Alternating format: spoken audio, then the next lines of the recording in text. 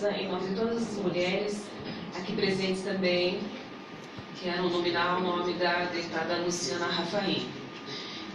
Hoje estou aqui representando o superintendente Mauro Rockenbach, que é o superintendente da SUDES. A SUDES é uma superintendência que foi criada no mês de março, né? E é um órgão ligado diretamente ao gabinete do governador. E tem como competência, eu vou falar só uma competência, eu acho que vem bem assim, ao tema de hoje.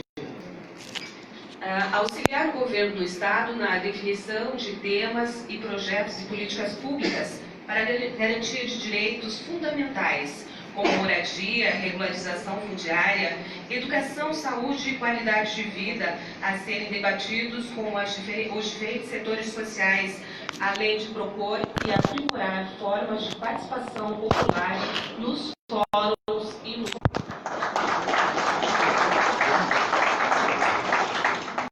Nós agradecemos, Juceli, a participação sua. Mande um abraço ao secretário do governo, está aqui presente, prestigiar essa importante audiência. Dando continuidade, quero passar a palavra ao senhor Adilson Alves de Moura, presidente do Conselho Municipal de Saúde da cidade de Curitiba.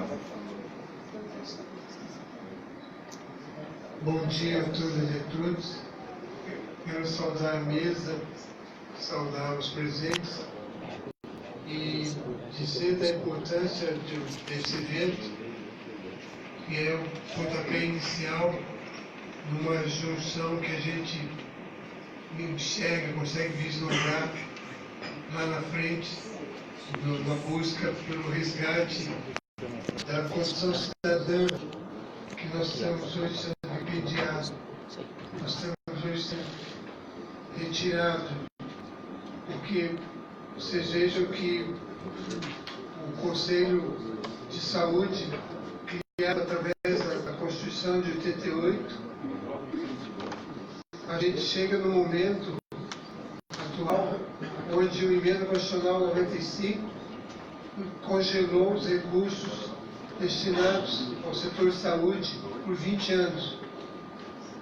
E a gente vê no entorno disso a retirada de direitos aí do setor de medicamentos, onde o componente medicamento hoje ele é reduzido, se não subtraído totalmente do fornecimento ao cidadão, usuário do sistema único, aquele cidadão que efetivamente mais necessita de apoio, mais necessita de ter atendido as suas questões inerentes à saúde. Então, com preocupação que o Conselho Municipal de Saúde de Curitiba tem acompanhado, tem discutido todos os fóruns que têm aparecido, tem levado essa reivindicação ao Brasil. Conversamos já com o atual ministro, porque se a gente fizer uma análise da questão orçamentária, nós vamos observar que iniciamos um repasse para o setor saúde da ordem de 75% do suprimento das suas necessidades orçamentárias. E isso, ao longo desses últimos 20 anos, vem sendo invertida essa curva, chegando no atual momento em que nós temos os recursos próprios do município sendo necessariamente injetados no setor saúde para cumprir o básico. Porque se não se injetar os recursos municipais, você não consegue cumprir sequer o que a Constituição estabeleceu a nível de obrigação mínima de investimento no setor. E isso é extremamente preocupante, porque nós sabemos que todo orçamento ele é finito, ele tem suas limitações. E nós que saímos de um percentual, quando digo nós, digo o município de Curitiba, temos um percentual de 25% de recursos próprios, estamos hoje com mais de 50% dos recursos próprios em saúde sendo advindos do Tesouro Municipal. Então, é um outro viés, é uma outra forma de estrangulamento dos conselhos, porque o Conselho de Saúde ele tem sua autonomia, ele tem sua determinação legal e independe, evidentemente, participa como parceiro, mas não como subordinado ao secretário de saúde ou ao chefe do Poder Executivo. Mas nos preocupa sobremaneira essa questão orçamentária, que nesse viés aí nós estamos sendo estrangulados, estamos sendo levados a uma condição crítica. Daí precisamos unir com todos os companheiros e companheiras para que possamos aqui, daqui a 4 anos, a gente ter uma visão melhor do que temos hoje. A visão hoje, ela é turva, ela é ruim, é uma visão de fim de feira, porque se os recursos não chegam, o setor padece e o cidadão, que é a ponta que efetivamente vai necessitar, ele vai sofrer junto conosco. Então, é de fundamental importância esse fórum e outros que possam ser implementados e no sentido de nos darmos as mãos aí e alavancar a solução, buscar a solução para esse e para os outros graves problemas que nós temos no nosso país. Obrigado.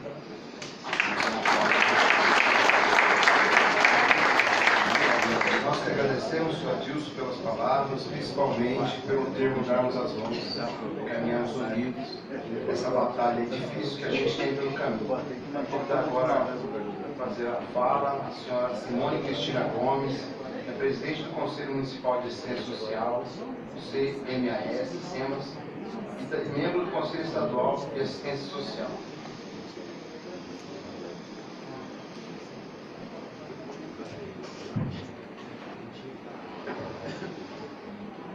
Então, bom dia a todos.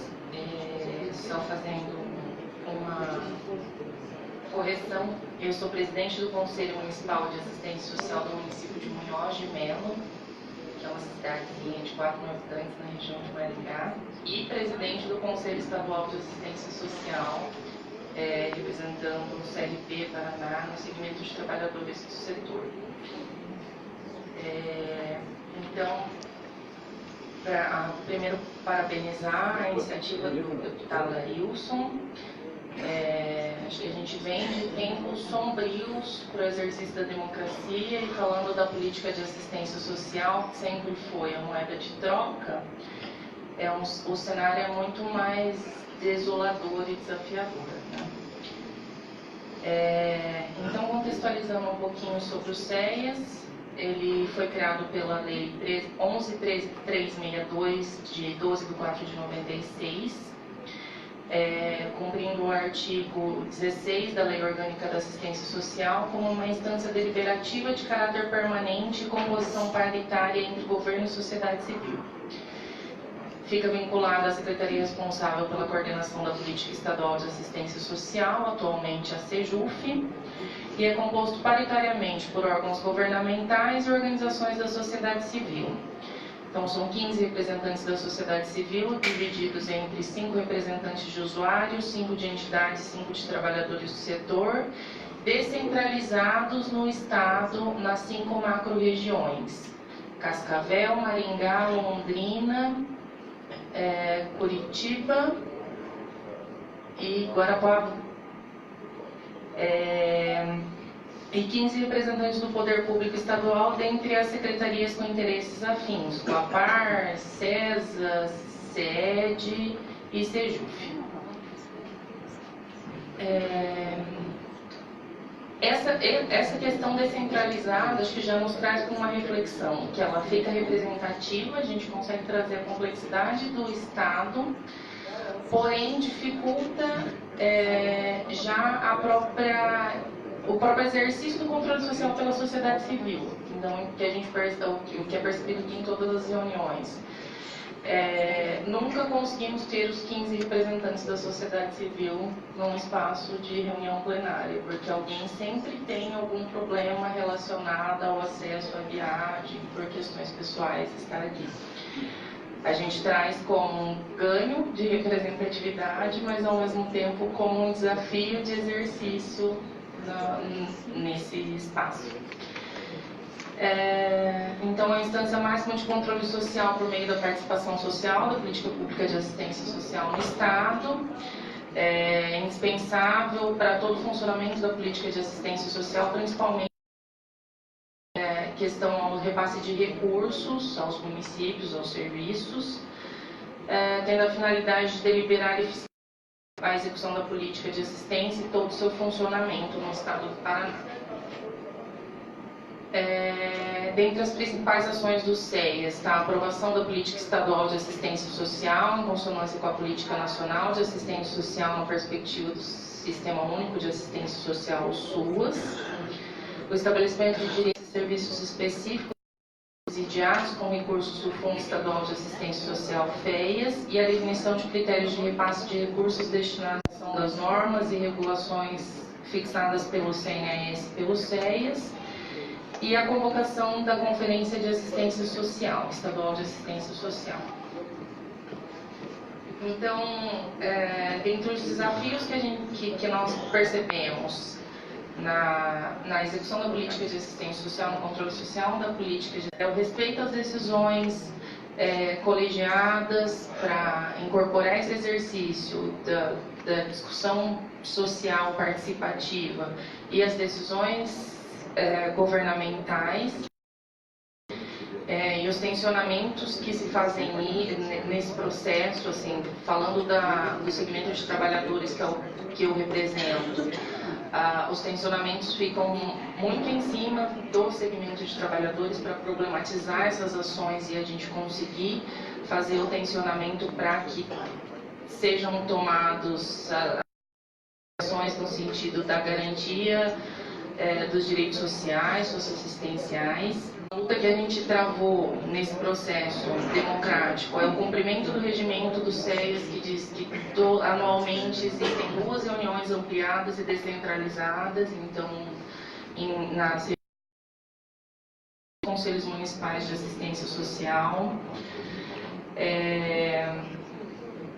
Um processo que a gente vem desde o início em defesa da manutenção da Conferência Estadual de Assistência, do chamamento da Conferência Estadual de Assistência Social, após a judicialização que cancelou o chamamento da Conferência Nacional de Assistência Social pelo CNAS, pelo Ministério da Cidadania. E apesar disso, desse processo de assistência que se inicia em fevereiro, nós fomos conseguir startar isso já em maio, meados de maio, indo para junho. Dos 399 municípios do Paraná, apenas 12 não aderiram à convocação da Conferência Estadual de Assistência Social. Então, uma participação maciça dos municípios que nos mostra a importância e a potência da participação social no processo de controle social e de democracia participativa. E com essa judicialização da Conferência Nacional, a união de forças dos segmentos da sociedade civil, das instâncias colegiadas, que culminou no chamamento da Conferência Nacional Democrática, que se realizará em Brasília em 25 e 26 de novembro, na UNB, com o tema Assistência Social, Direito do Povo com Financiamento Público e Participação Social. Acho importante quando o deputado Coura traz para nós que problemas complexos precisam de soluções colegiadas entre municípios, e acho que quando a gente pensa na execução de uma política pública em nível estadual, é primordial que a gente pense nisso. Assim, se nós pensarmos na política de assistência social em todas as suas complexidades, em níveis de proteção social básica, proteção social especial de média e alta complexidade, que já apresenta ali a ruptura de vínculos, etc. E a realidade de 320 municípios paranaenses, que são municípios abaixo de 10 mil habitantes, nós não deixamos de ter demandas complexas, mas nós temos porte populacional para financiamento de demandas básicas.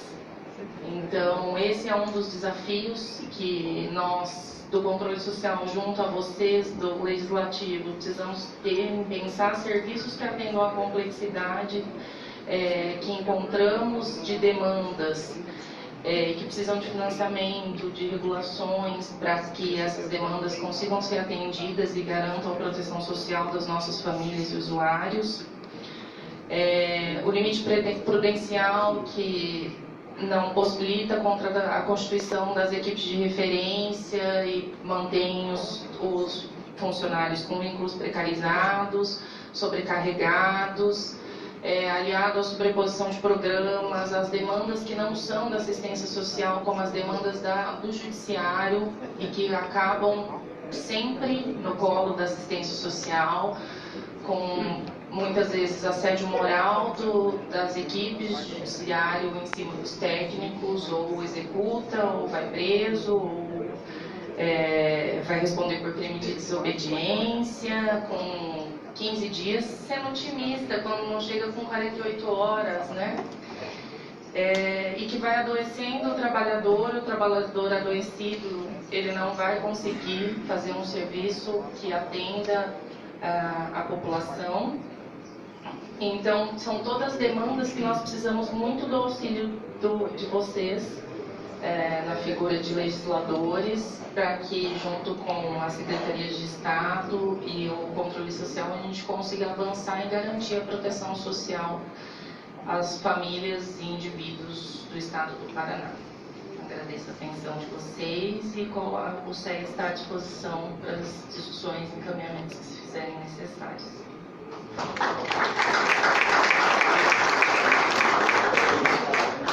Nós agradecemos, Simone, pelas palavras. Gostaria de convidar agora a Maria Leonina Couto Cunha, conselheira do Conselho Estadual de Direitos da Criança e do Adolescente, para fazer uso da palavra.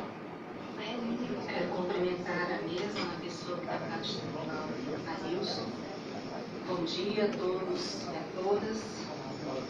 Eu sou uma defensora do Conselho, dessa ideia do Conselho, dos Conselhos de Direitos.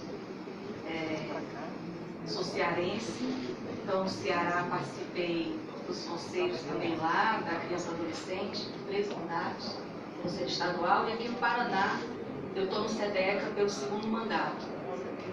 E assim, estou com 53 anos e a gente tem acompanhado como está se desenvolvendo a história do nosso país, sendo militante na área da criança e adolescente.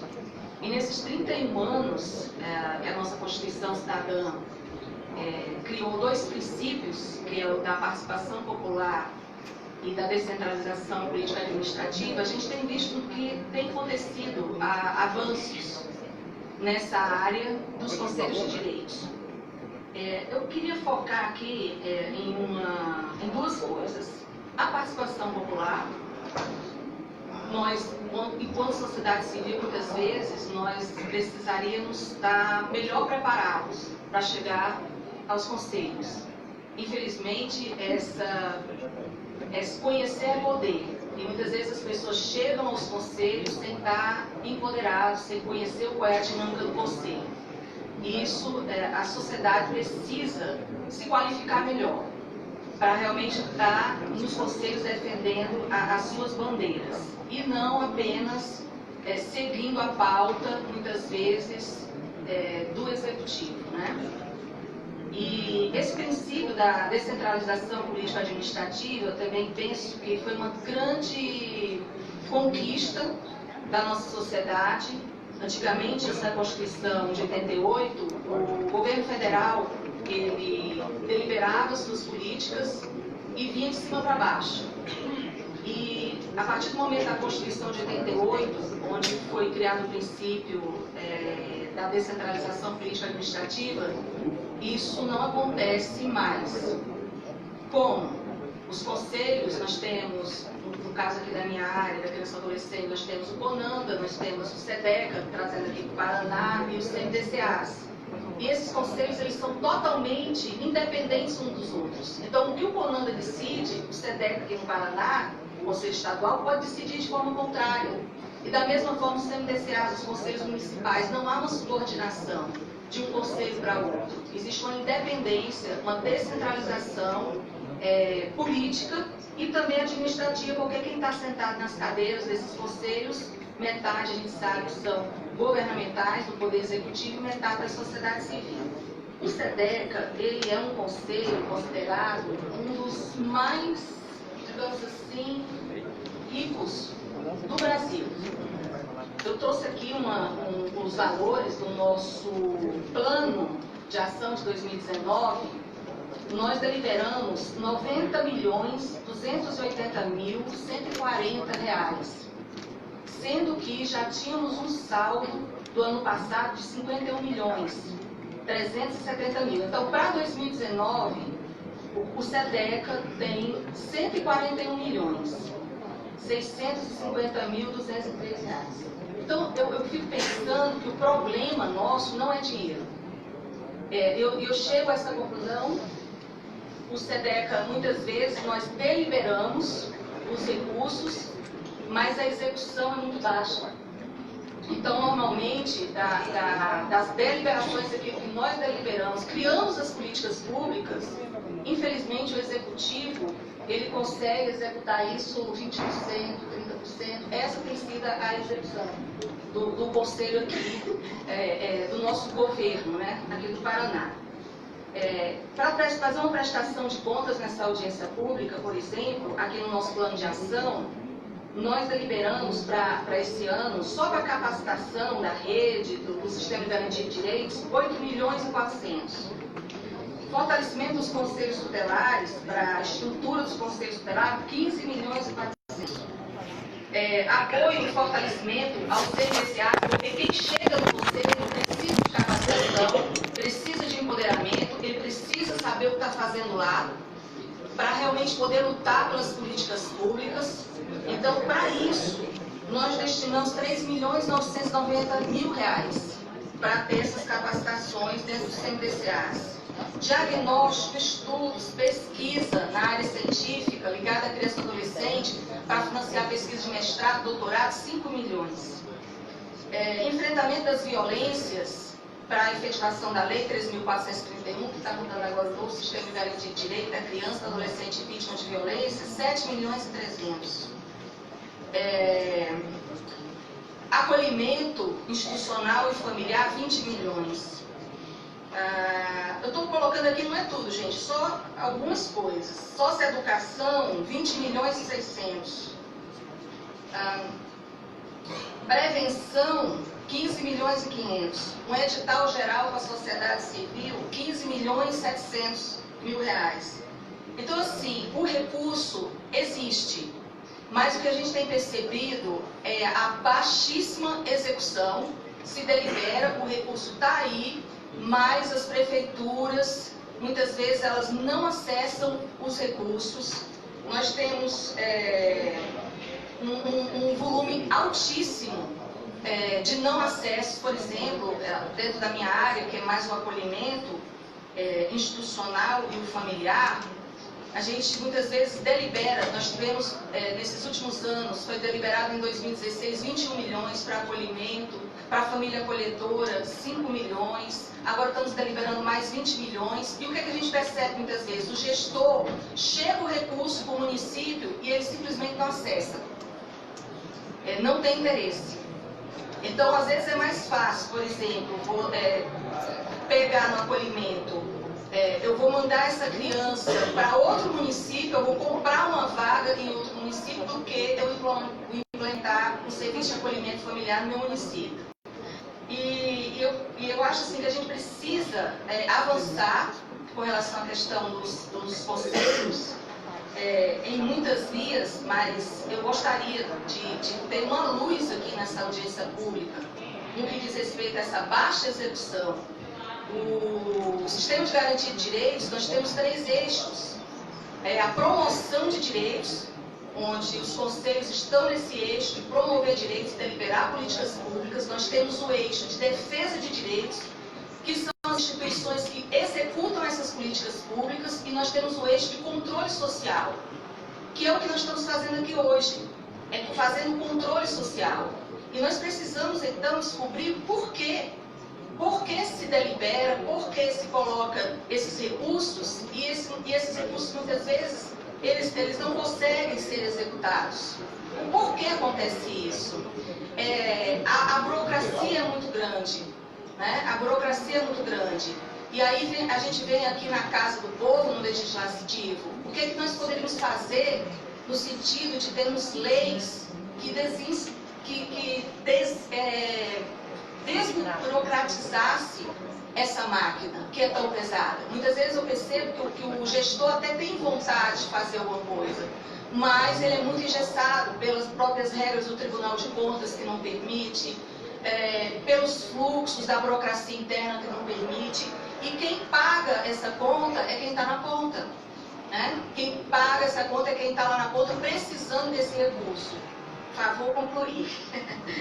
Então, eu queria estar colocando isso para fomentar aqui o debate, da gente pensar nessa baixa execução, o que é que o Poder Executivo poderia fazer, no sentido de estar pensando em leis e para aprimorar essa legislação e até fazer um estudo, um diagnóstico desses fluxos, onde esse recurso está passando e aonde é que está emperrando. Para concluir, só para vocês terem entender a gravidade do que eu estou colocando aqui, nós deliberamos no SEDEC em 2016 18 milhões de reais só para a construção de reformas em acolhimento, organizações da sociedade civil, serviços de prevenção para ajeitar os equipamentos. 18 milhões em 2016. Esse processo se encontra parado na PGE até hoje. Nós estamos em 2019 e nós temos, por exemplo, instituições de acolhimento no estado do Paraná que está caindo aos pedaços, sem dinheiro para fazer as adequações, onde crianças, por exemplo, cadeirantes, são colocadas nos braços para chegar até o banheiro, porque no corredor daquela instituição de acolhimento não dá para passar uma cadeira de rodas. Banheiros onde não estão adaptados para atender crianças. Então, assim, e o dinheiro na conta, né? 18 milhões parado por conta da nossa burocracia. Então, nós precisaríamos ter realmente mais fluxos e eu acredito que o Legislativo pode dar uma grande contribuição. Obrigada.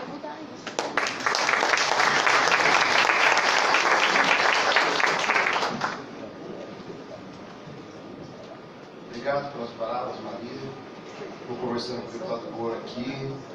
Se você puder, a gente pedir uma reunião com a procuradora do Estado para discutir esse assunto. Eu estou com o deputado Moura, o secretário eleito, o representante do senhor aqui do nosso lado. A gente já tem encontro com o procurador para ver como é que está o encaminhamento dessa situação, até porque nós não tínhamos conhecimento desse fato.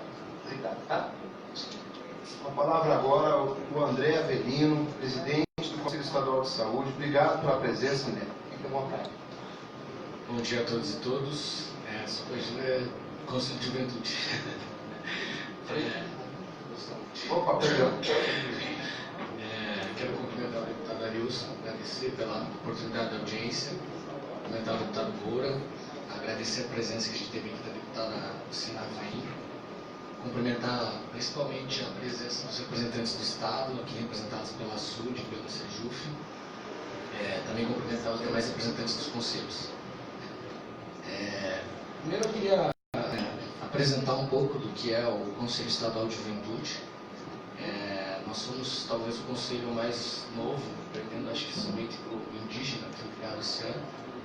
A gente tinha um decreto que criou o Conselho Estadual de Juventude em 1988 e ele foi recriado por um decreto em 2017. Então hoje nosso trabalho enquanto conselho, o primeiro é tentar implementar uma lei que garanta o conselho, né? A gente está ainda precariamente instituído por um decreto, então a nossa primeira batalha é para conseguir construir esse projeto de lei para que ele seja aprovado. Nesse caminhar, o primeiro enfrentamento que a gente encontra sempre é a questão da barganha, né? O projeto de lei não vai passar se tiver mencionado a criação do fundo. O projeto de lei não vai passar se tiver mencionado a questão de ser deliberativo. Então, assim, se o conselho está ali e não consegue deliberar ou ter um fundo para se manter de aplicar as políticas públicas que ele defende, que ele projeta, eu acho que a gente já tem aí um primeiro enfrentamento, e eu digo isso não só referente ao Estado do Paraná, mas também ao Conselho Estadual de Juventude Política, ao qual eu também sou conselheiro, ao Conselho Nacional de Juventude, que conheço o trabalho, acompanho e também passa por essas questões. A gente acabou de aprovar no passado o SINAJUV, que é o Sistema Nacional de Juventude, que também passou por esse processo. Se mencionar o fundo, não passa. Então, assim, começa por aí a dificuldade. A gente tem um apoio assim, muito forte aqui no Estado do Paraná, apesar desses embates. Hoje a gente está vinculado à SEJUF. A Coordenadoria Estadual de Juventude tem nos dado um apoio, tem sido muito parceiro dos projetos que a gente tenta acompanhar, apresentar. Mas a gente sabe que a gente precisa mais, né? Eu vou voltar aqui na fala aqui agora sobre essa questão do empoderamento e da qualificação dos conselheiros, né? Realmente a gente passa por um problema muito grave, que é o conselheiro ser eleito, chegar ali e não saber muito o que fazer e ficar meio que engessado sobre o que o ente está propondo, né? O Estado, o município. Então, assim, eu acho que o primeiro trabalho seria esse de qualificação. Se o Estado pudesse oportunizar, eu lembro que no Conselho Estadual de Juventude a gente usou esse quadro do governo uma vez para capacitar os conselheiros. Enquanto Conselho Municipal de Juventude a gente tentou implementar isso, também não conseguiu. Mas, assim, acho que o primeiro passo seria esse, né? De qualificar os conselheiros, qualificar a sociedade civil, qualificar também os membros do poder público que participam do conselho, que às vezes são colocados ali e também não sabem o que estão fazendo. Então, acho que esse é um passo importante.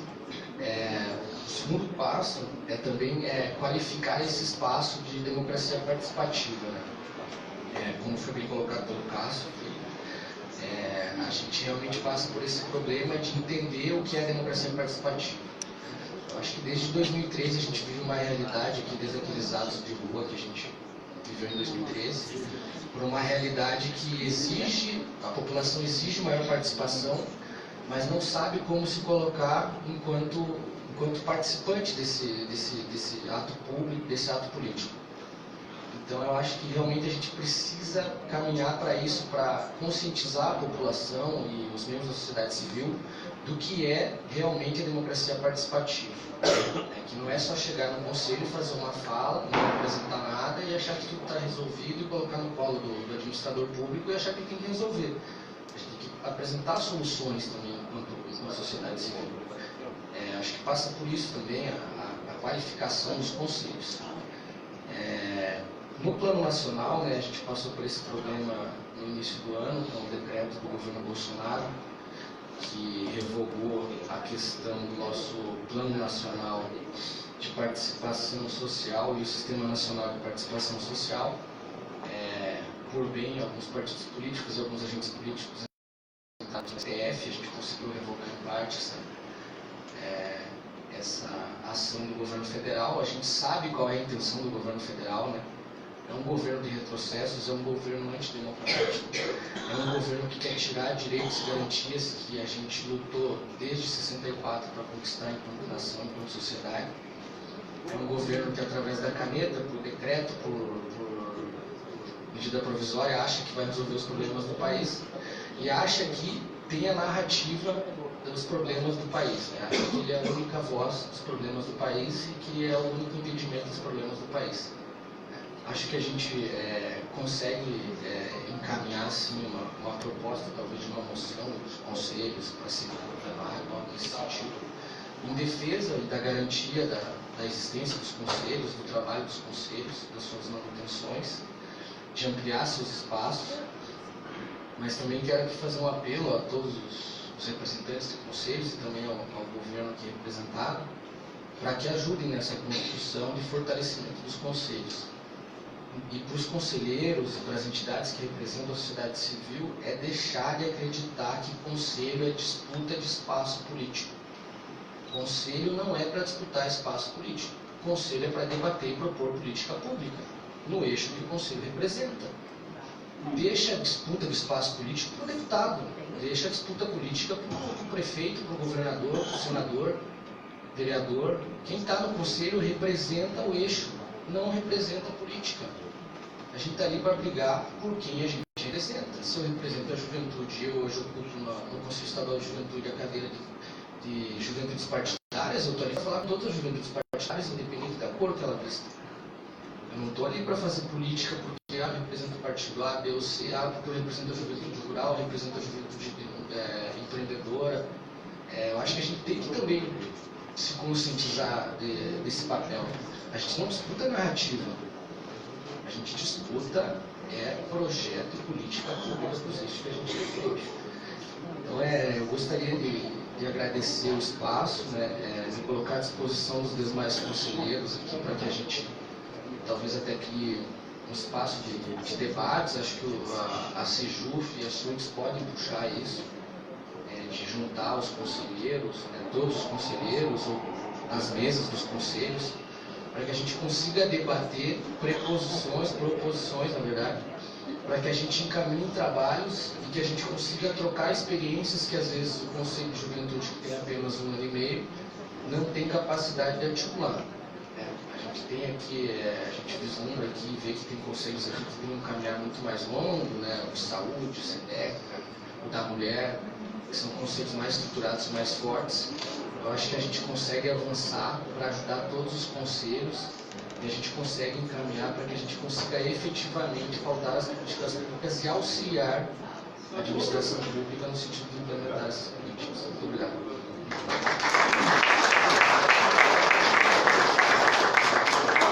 Obrigado, André, pelas palavras. Desculpe no começo aí a nominação do Conselho. Frisada a importância. Conta com a gente nessa questão que você apontou, principalmente na questão da construção da lei, para a gente estimar.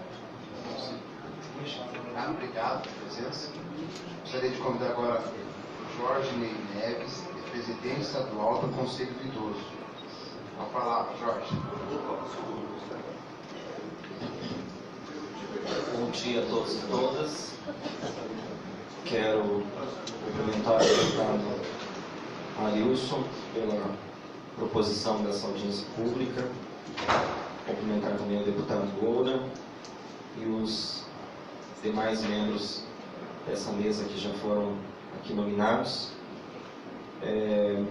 Esse momento de discussão sobre o papel dos conselhos de políticas públicas, ele é muito importante. Nós precisamos mais do que nunca, diante da atual conjuntura deste país, do fortalecimento dos conselhos a nível municipal, estadual e federal. Atualmente eu estou presidente do Conselho Estadual dos Direitos do Idoso Paraná, o CEDI. Quando menciona o presidente do Conselho Estadual dos Direitos do Idoso, as pessoas automaticamente se remetem ou aguardam que seja uma pessoa idosa como presidente do Conselho. Mas eu sempre tenho dito, deputado Arilson, que para defender a causa do idoso, você não precisa ser idoso. Para combater o racismo, você não precisa ser negro. Para combater o machismo, você não precisa ser mulher. Para combater a homofobia, você não precisa ser necessariamente gay. Você simplesmente precisa ser humano. Então, quando a gente é humano, a gente defende seres humanos, independentemente de qualquer coisa, e se identifica como seres humanos. Então, eu me identifico com a causa da pessoa idosa, com a política da pessoa idosa, mesmo ainda não sendo um idoso. Envelheci mais um pouquinho hoje. Todos nós, hoje, envelhecemos mais um pouquinho. Estamos no caminho do envelhecimento. E este ano, nós tivemos a grata satisfação de que dos 399 municípios do estado, 390 municípios realizaram conferências municipais dos direitos da pessoa idosa, com o tema Desafios de Envelhecer no século XXI e o papel das políticas públicas. Todos nós somos idosos do século XXI. Quem já é e quem será. Inclusive, o bebezinho que está nascendo hoje lá na maternidade vai ser um idoso do século XXI. E ser um idoso do século XXI é um desafio. Nós também temos sofrido aí o desmonte do nosso Conselho Nacional dos Direitos do Idoso. Temos lutado e nos posicionado contra o Conselho Estadual para a manutenção do Conselho Nacional. Estamos na luta aí pela realização da nossa conferência, da 7ª Conferência Estadual dos Direitos da Pessoa Idosa aqui no Paraná, que era para estar acontecendo agora no mês de agosto, mas infelizmente nós tivemos que prorrogar o nosso prazo da conferência e possivelmente ela esteja acontecendo aí no mês de outubro. Tem sido uma luta para nós do Conselho a realização dessa conferência em tempo hábil, até uma questão de respeito aos 390 municípios que fizeram suas conferências municipais. Agora no mês de agosto nós vamos ter uma reunião descentralizada do Conselho, que vai ser em Guarapuava, reunindo ali os 14 municípios que fazem parte daquela regional, da qual eu também faço parte, do qual é a regional que eu represento no Conselho Estadual, no segmento da sociedade civil. Nós temos nosso Conselho Estadual CEDI instituído desde 1997 e pela primeira vez a presidência do Conselho Estadual dos Direitos do Idoso saiu de Curitiba, ela foi para o interior. Pela primeira vez que isso aconteceu, todas as outras vezes os presidentes que me antecederam sempre foram ligados aqui a Curitiba ou à região metropolitana. E nós temos procurado o fortalecimento e a interiorização do nosso conselho, fortalecer os conselhos municipais. Hoje nós temos no Paraná mais de 360 municípios com conselho municipal dos direitos do idoso. Ainda não temos a totalidade dos municípios, estamos buscando essa totalidade. E principalmente, embora o nosso fundo estadual ele não seja tão grande como o do Conselho da Criança e do Adolescente, nosso fundo ainda é novo, mas nós temos procurado, através de repasses fundo a fundo, fortalecer os conselhos municipais, a política da pessoa idosa no Paraná. Nos últimos 2 anos nós fizemos a transferência de 11 milhões e meio de recursos para a mais 200 municípios. Não é um valor grande se for comparado pelo número de municípios que receberam, mas que tem ajudado, e por isso nós temos buscado fortalecer o nosso fundo estadual, para que por meio do fundo estadual a gente possa fazer os repasses aos municípios para o fortalecimento das políticas para a pessoa idosa. Nós temos uma estimativa de que até 2040 nós vamos ter 118 idosos para cada 100 crianças. 1 em cada 5 paranaenses será idoso daqui a 10 anos. E em Curitiba, a partir de 2022, nós vamos ter mais idosos do que crianças, segundo os dados do IPARS.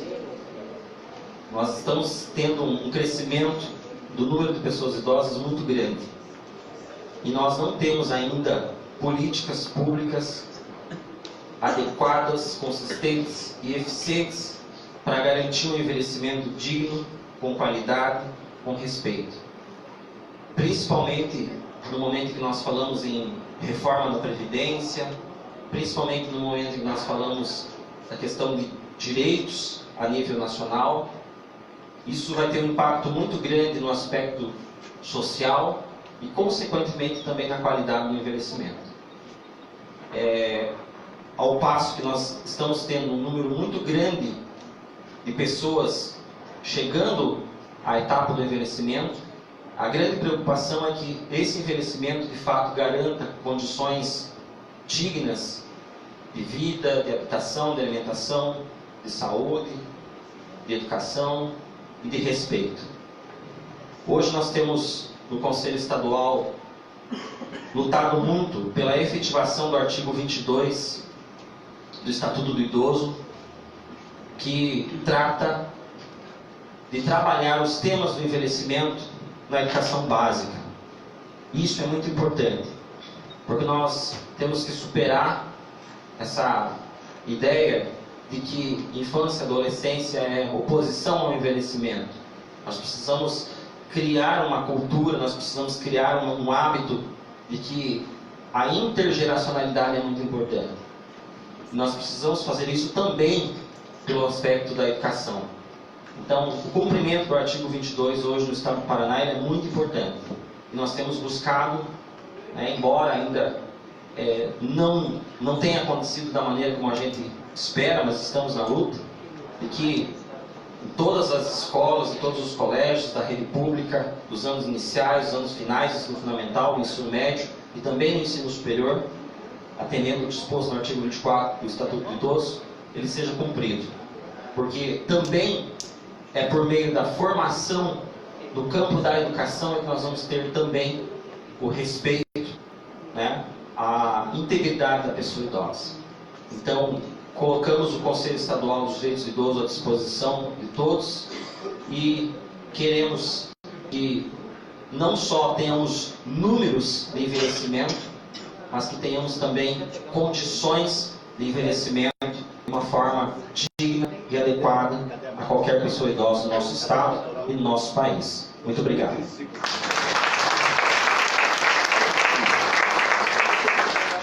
Jorge, agradecemos pelas suas palavras. Gostaria de convidar você para um bate-papo pós aí com os demais que estão participando da reunião. Ontem o nosso mandato protocolou um projeto de lei pedindo alteração do projeto da lei 19.252, alterando a política da pessoa idosa do Estado para que o Estado incentive e garanta construção e manutenção de casas-dias, casaladas e outros meios de atendimento ao idoso pelo Estado. Também tem debate no nosso gabinete uma ideia que veio do Conselho do Idoso da cidade de Apucarana, com a minha região, sobre o debate da Universidade do Idoso, uma experiência que está sendo construída onde seriam reservados espaços em universidades a pessoa idosa. Então, vou com você, conselho nesse debate, tá bom? Gostaria agora de passar a palavra a Sandra Dolores de Paula Lima, presidente da Associação Fênix, conselheira estadual do Conselho dos Direitos da Criança e do Adolescente. Obrigado, Sandra, com a palavra. Eu agradeço ao deputado Arilson e a todos da mesa e a todos e todas, né, que estão nos ouvindo. Bem, ouvir todos os colegas aqui é uma satisfação muito grande. Falar de política pública, falar de conselho. Eu, como presidente da Associação Fênix, a importância que é os conselhos e para uma instituição essa, né, que precisa estar à frente das políticas públicas. Hoje, essa instituição faz parte dos 3 conselhos, SEDECA, CONTIBA e CMS. Conselho de Saúde Municipal e Estadual. A busca realmente de fortalecer não só o trabalho de uma instituição, não. Falar de política pública no tema que cada organização trabalha no seu dia a dia. Nós trabalhamos dentro dessa instituição com as questões da violência como um todo. Violência da mulher, violência da criança, do adolescente, né, da família. Trabalhamos com automutilação, suicídio, alienação parental e famílias que têm, deputado, 3, 4 filhos que vivem com a questão do HIV, lidando todos os dias com o direito de cada cidadão. Vai estar passando ali para vocês conhecerem um pouquinho essa instituição que existe há 13 anos. Ela é ainda uma pré-adolescente, mas já realizou em atendimentos 30.822 atendimentos na cidade de Curitiba. Não atende só a nossa cidade, região metropolitana, já atende de outros estados que acabam essas crianças ou essas famílias com toda essa problemática, né? Que hoje, cuidar da família, quando falamos de vários conselhos aqui, cuidar do idoso, porque hoje é este idoso que cuida dos seus netos, porque pai e mãe está lá na vida trabalhando. Qual é a qualidade?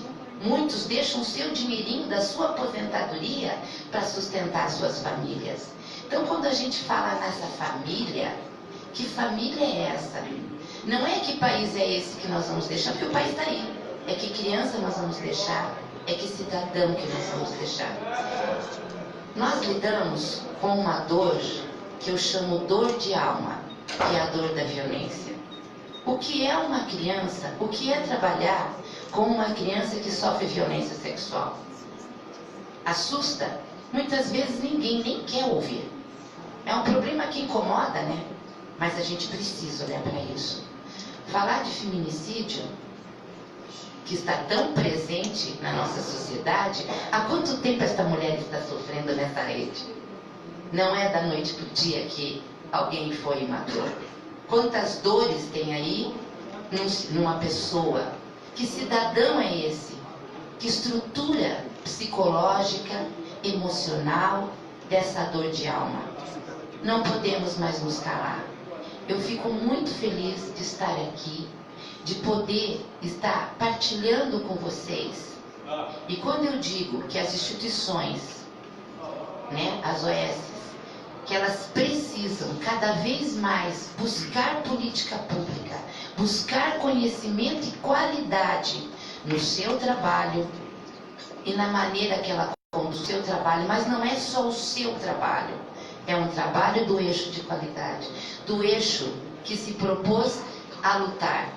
Eu não luto pela Fênix, eu luto por todos aqueles que acreditam e que me colocaram no papel de conselheira desses espaços que eu ocupo. É brigar realmente por uma política justa, com dignidade, com respeito humano. Vivemos sim num momento muito triste, confuso. Estive a semana passada na Conferência Nacional de Saúde em Brasília. Gente, é triste. É triste ver todo o Brasil doente, nervoso e confuso, sem saber o que vai ser amanhã. E nós aqui, talvez sejamos poucos, mas podemos juntos ser muitos e mudarmos uma história. História nossa como ser humano. Olharmos para nós e olhar para o outro como gostaríamos que realmente fosse olhado. Mudarmos essa história. Não podemos mais nos calar. Sem partido, como ser humano, e lutar por uma justiça real. Seja ela qual for, não estamos falando de quem é esse ou aquele no seu partido, mas sim falando para pessoas, seres humanos que precisam mudar a história. E que bom, deputado, que tão rapidamente estamos aqui falando disso tudo, falando de política pública, falando de mudanças, que não fique nos papéis, que não fique esquecida. Temos aí um mundo que precisa ser modificado. E se cada um de nós nos tornarmos a semente do bem, faremos a diferença no mundo. O meu muito obrigada a todos.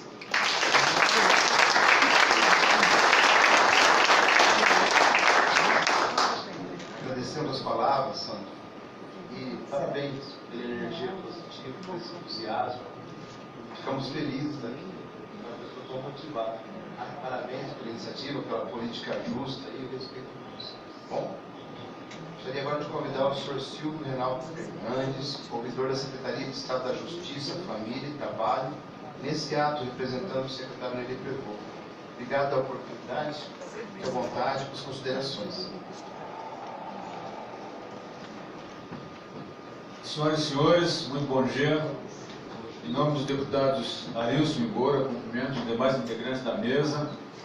E estou aqui hoje na condição de representante do deputado federal Neri Prevô, secretário de Estado de Justiça, Família e Trabalho, que em razão da sua intensa agenda não pôde estar presente como gostaria.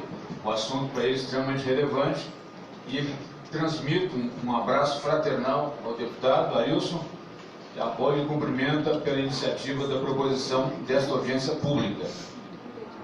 Meus respeitos a todos os representantes dos diversos conselhos aqui presentes, verdadeiros abnegados defensores das causas das suas comunidades, e estamos aqui tratando da mais pura essência da democracia, que são os conselhos populares. E como já foi falado muito bem por todo mundo que me antecedeu, nós estamos tratando do grande desafio para os conselhos, para a efetivação de suas políticas, que é não depender de políticas. Nós não podemos ser dependentes de governos, nós temos que ter políticas de Estado. Este é o nosso grande desafio, que já vem se estendendo há muito tempo. Mas essa é a construção da democracia, e esse é o local adequado para que isso seja debatido. E que também não fique só no papel, realmente, aqui tem que ser levado para frente, tem que ser efetivado. Então, no momento, estamos vivenciando uma passagem de visão política aí, mas entendo que não podemos nos entregar. É aí que nós temos que renascer, aproveitando a fênix, né? Nós temos que surgir das cinzas aí. Os desafios existem para serem enfrentados, e nós estamos no foro adequado aqui para isso. Contando com a colaboração dos verdadeiros representantes da sociedade, nossos parlamentares. Cumprimento especialmente ao deputado Arilson por esta bela iniciativa. Ele está se colocando à disposição de levar essa bandeira para frente. E o secretário Nélio Grevaux está colocando a estrutura da Secretaria de Justiça, Família e Trabalho à disposição nessa parceria, além dos cargos que são realmente afeitos à sua secretaria. Ele se coloca à disposição, inclusive, como deputado federal, para auxiliar nessas demandas. E esperamos que o que for debatido aqui, as sugestões e contribuições que forem trazidas aqui, sejam levadas adiante e sejam realmente efetivadas, porque é assim que se constrói a verdadeira democracia. Então, me sinto privilegiado por estar aqui hoje, junto com vocês, como cidadão, participando desta audiência pública, e tenho certeza que daqui para frente teremos uma nova visão dos conselhos, sim, cada vez mais fortes, mais fortalecidos. Apesar de tentarem a sua pós-extinção, não conseguirão. Nós resistiremos e seremos mais sólidos daqui para frente, com certeza. Meu muito obrigado e um sucesso para o evento, e meus cumprimentos ao deputado Arilson. Muito obrigado.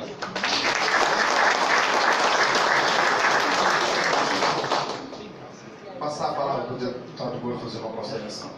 Eu vou pedir desculpas que eu tenho um compromisso, mas fiz questão de ficar até o final para escutar as falas de todos.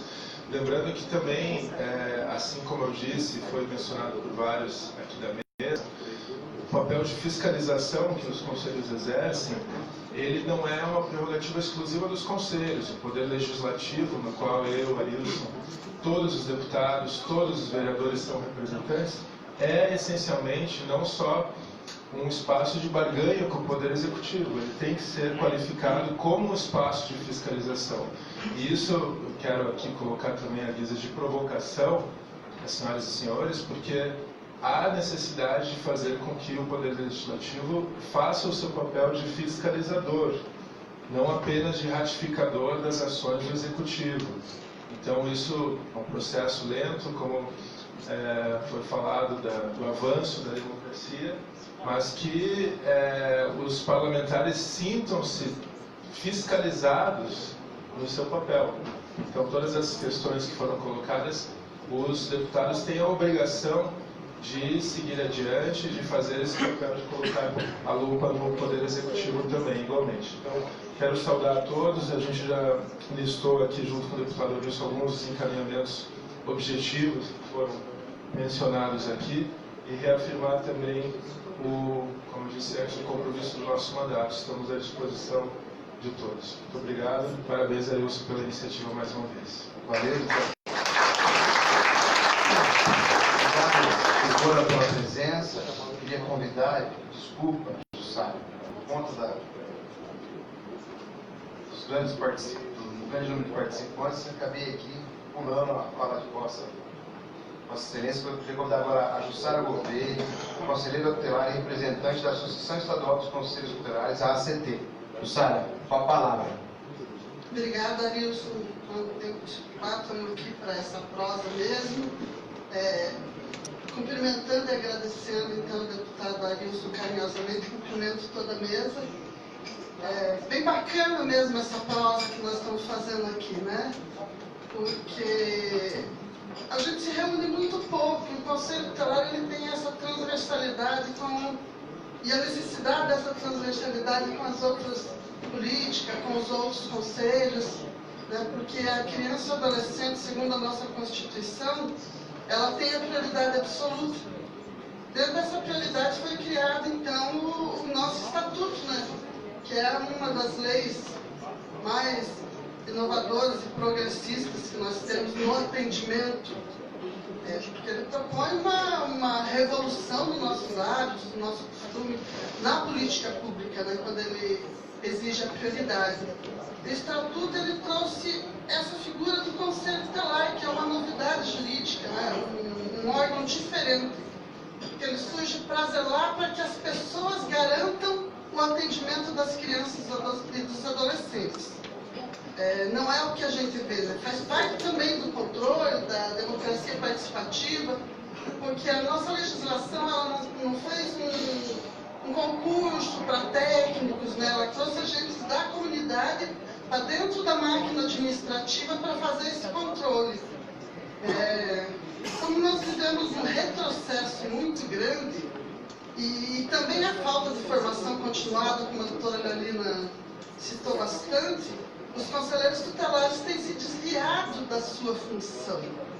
Né? Nós temos no Paraná 5 milhões destinados para a capacitação continuada dos conselheiros tutelares e não é executado há mais de 7 anos. Em 2015, a Associação Estadual de Conselheiros Tutelares chamou para si um pouco dessa responsabilidade e deu uma corrida no Estado. Então, como é organizada a nossa associação? São 10 regiões dentro do Estado e são 427 conselhos tutelares. As associações hoje se organizam fazendo também a capacitação, não só os encontros. Porque nós não temos outra capacitação, embora a lei federal fale que é de responsabilidade do município estruturar e garantir a formação continuada. O SEDECA tem até apoiado e destinado recursos para os conselhos tutelares. Mas não é só garantir estrutura. Nós precisamos garantir mesmo a formação continuada para o exercício da função. Né? Nesse tempo de retrocesso, não só das discussões, mas das políticas públicas, os conselhos tutelares estão fazendo o que não deveriam, porque no município não tem um advogado e aí o conselho tutelar acaba resolvendo algumas questões de guarda, de pensão, não tem assistente social, não tem médico para atender, e os conselheiros tutelares estão fazendo, embora não devam, fazendo esse atendimento, chamando para si a responsabilidade da política pública que não existe. Porque a criança está ali na frente e ele tem que garantir algum atendimento. A criança que foi abusada, a criança que foi espancada, a criança que não tem o pai presente, a criança que não tem a creche, embora nós tenhamos creches prontinhas em Curitiba, não só em Curitiba, que não são inauguradas porque não tem funcionários. Né? Nós temos fila de espera para vaga em escola no estado todo e temos salas de aula sendo fechadas, né? Inclusive escolas sendo fechadas. E essa discussão o conselheiro tutelar deveria estar fazendo com a sociedade, com os conselhos de direito, para a gente conseguir garantir a prioridade da política pública para nossas crianças, para nossos filhos, que não são o futuro se nós não garantir o presente. E o conselho tutelar fica preso dentro da sala, fazendo requisição, fazendo encaminhamentos, e quem não faz isso tem sofrido repressão. Os conselheiros tutelares mais progressistas têm ido muito para a vara criminal, para a comissão de ética, porque têm tido a coragem de dizer não para o sistema. Não, eu não posso ser advogado, não, eu não sou psicóloga. Não, eu não posso fazer uma visita social que o juiz está me pedindo porque eu não sou assistente social e não tenho capacitação técnica para fazer isso. Esses conselheiros tutelares têm sido representados e tem sido uma situação muito difícil, porque o conselheiro tutelar não consegue transpor os muros do conselho para fazer essa discussão com a sociedade.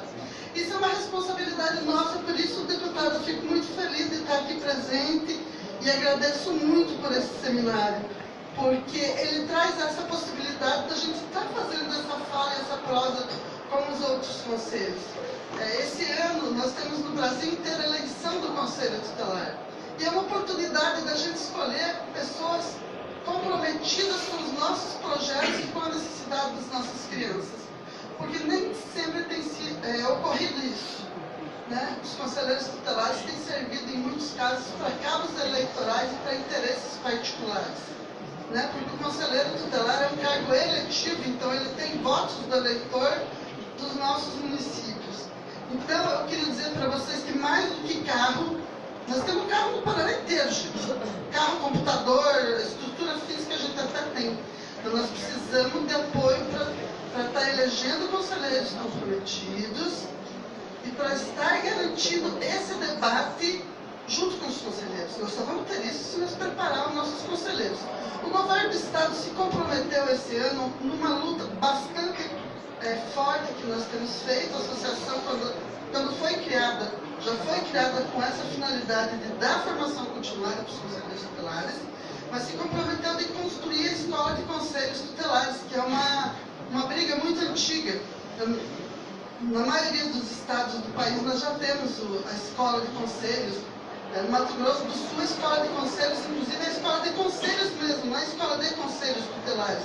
É a escola de conselho de direito, e aí cabe o conselho de saúde, o conselho de educação, o conselho do idoso. Nós podemos criar isso no estado se a gente se comprometer. Né? O secretário Neila Prevô se comprometeu com isso, numa discussão da Associação de Conselheiros Tutelares do Ministério Público, na figura do Dr. Olímpio. E é essa luta que eu trago para a gente, essa expectativa e esse convite para a gente somar esforços, como diz a Sandra, porque é possível, né? Nós ainda respiramos esperança, apesar das dificuldades, nós respiramos esperança e nós temos essa obrigação de estar fazendo essa luta, não só por nós, mas pelo nosso futuro. Nós precisamos comungar isso. E nesses espaços a gente faz isso, né? De comungar essa esperança e esse acreditar. Né? Então, em nome da Associação Estadual de Conselheiros Tutelares, eu saúdo cada um que está aqui presente, né? Que representa um segmento. O Conselho Tutelar, como ele é diferente, ele não é um conselho que trabalha gratuito. O conselheiro tutelar ele trabalha de forma exclusiva. Então, o Conselho Tutelar tem remuneração, diferente do Conselho de Direito. Eu sei que eu estou extrapolando um pouquinho, mas eu queria contar a história de Curitiba rapidamente. Curitiba foi a última capital do Brasil a criar o Conselho Tutelar, porque na criação, o prefeito de então, o senhor Jaime Lerner, ele indicou a ala governamental e a ala não governamental.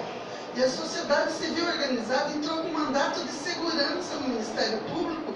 E no dia da posse, aquele conselho foi cassado, no dia da festa da posse, porque teve uma festa para as entidades não governamentais e para os representantes da sociedade governamental. E demoramos bastante para criar o Conselho de Direitos em Curitiba, que criaria o Conselho Tutelar. Então, temos algumas dificuldades de relação, porque a expectativa era muito grande.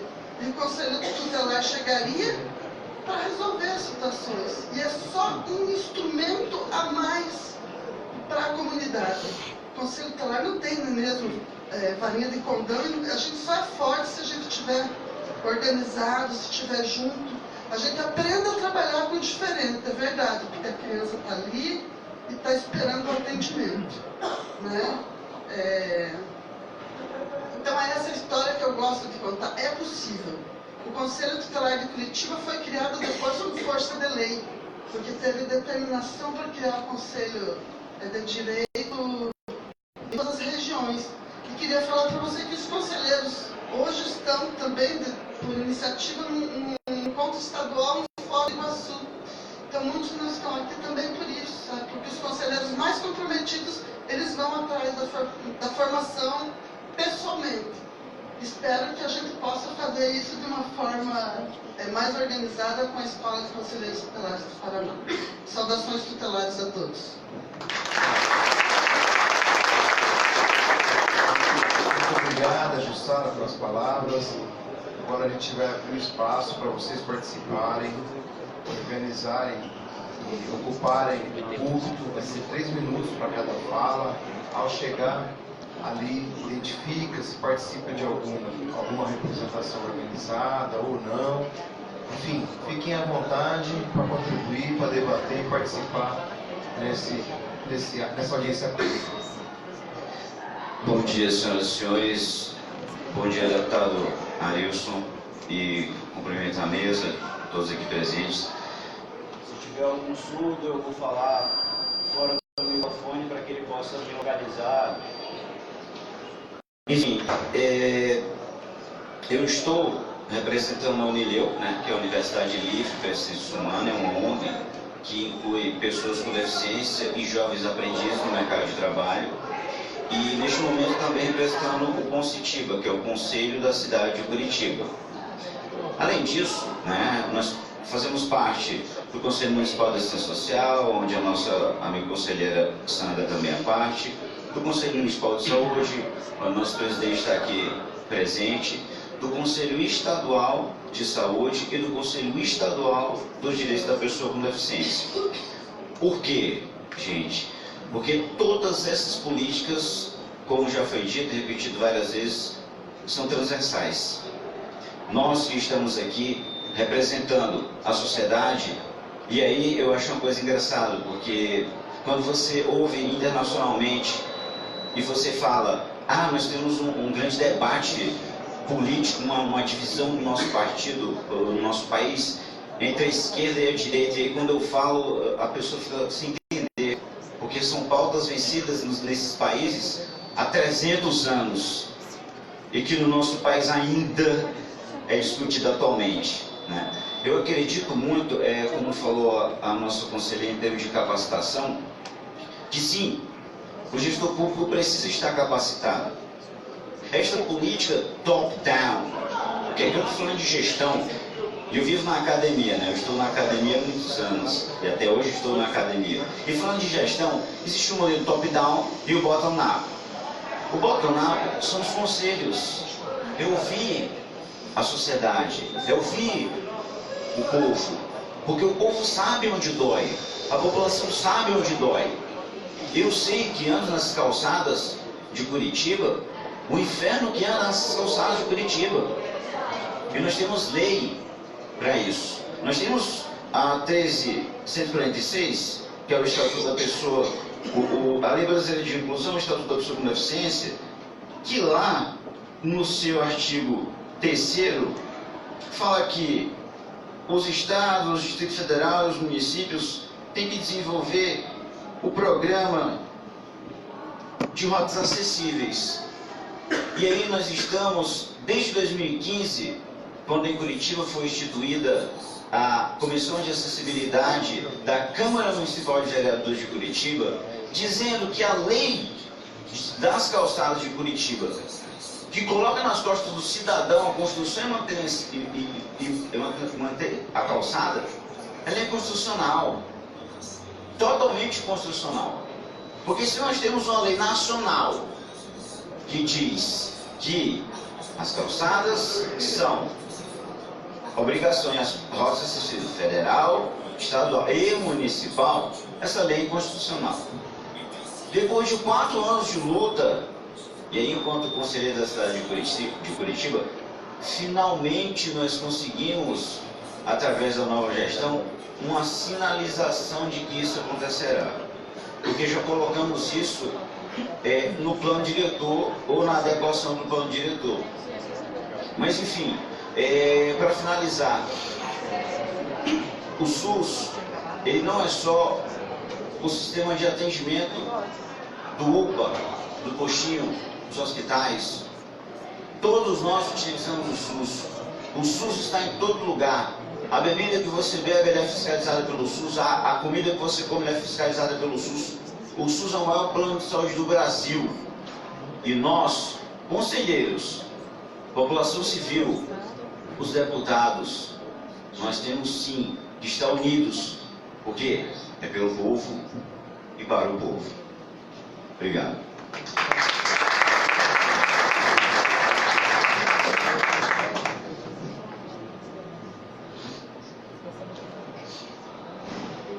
Bom dia a todos.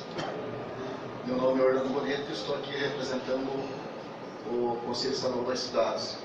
Muito bom, deputado Arilson, espaço como esse, a gente poder fazer uma discussão sobre a participação social, principalmente sobre os conselhos. E quanto vai falar um pouquinho do nosso do Conselho Estadual das Cidades. Hoje eu vejo a maioria dos conselhos é paritário. Nosso conselho é diferente, a participação é 60-40. 60% sociedade civil organizada, 40% poder público. Né? Isso é uma iniciativa agora transformada em lei estadual, a Lei 19.228, que possibilita a nós dar continuidade ao conselho, embora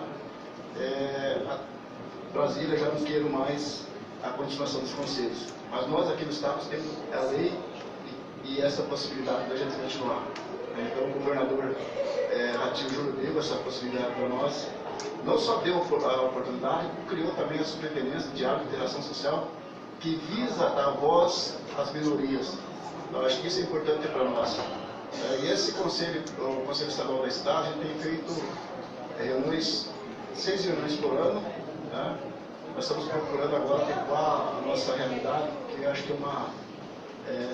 às vezes é muito 6 reuniões é demais para a gente, mas tem que adequar a realidade para a nossa lei. E recentemente nós tivemos discussão do nosso regimento interno também, aprovamos o regimento agora depois da lei estadual. E nós vamos precisar muito dessa casa, muito de vocês, deputados, para que a gente possa colocar em prática o que a gente discutiu dentro do Conselho. Vejam que nós temos 399 municípios. Dentro dos 399 municípios, nós estamos procurando fortalecer a criação e a participação dos conselhos municipais. Alguns prefeitos não gostam dos conselhos municipais. Nós achamos fundamental a importância que esses conselhos existam. Nosso conselho tem 4 camas temáticas, cama técnica: habitação, saneamento, mobilidade urbana, outra meio ambiente. Então, dentro dessas câmaras, a gente discute todo o processo que vem relacionado ao tema. Por exemplo, mobilidade urbana. Nossa Câmara sabe que a questão da mobilidade urbana traz demanda para nós. Nós encaminhamos isso ao governo do Estado, através da Secretaria da SEDUR Paraná. Então, eu quero até fazer um agradecimento especial ao Mauro Alquimar, que me convidou para fazer parte da Secretaria Executiva, ao José Carlos Ortega, que é o secretário atual, e ao governador Ratinho Júnior por ter aceitado. Primeiro porque estou como representante das entidades, eu fazia parte da União Estadual por Moradia Popular. Então a iniciativa do governo convidar alguém da sociedade civil organizada para assumir uma secretaria executiva do Conselho, acho que é de fundamental importância, da gente louvar por entender que ele realmente tem essa preocupação de que a gente possa fazer um bom trabalho no Conselho. Vou só um pouquinho falar sobre isso e agradecer a Luciana. Precisamos de vocês todos, conselheiros, conselheiras, tutelares, conselho de saúde, enfim, e do Poder Legislativo aqui para que a gente possa implantar as nossas decisões criadas dentro do Conselho. Obrigado.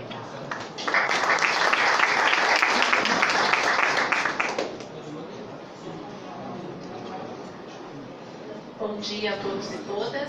Eu sou a Salete, faço parte do mandato da deputada federal Gleice Hoffmann e também sou conselheira local de saúde.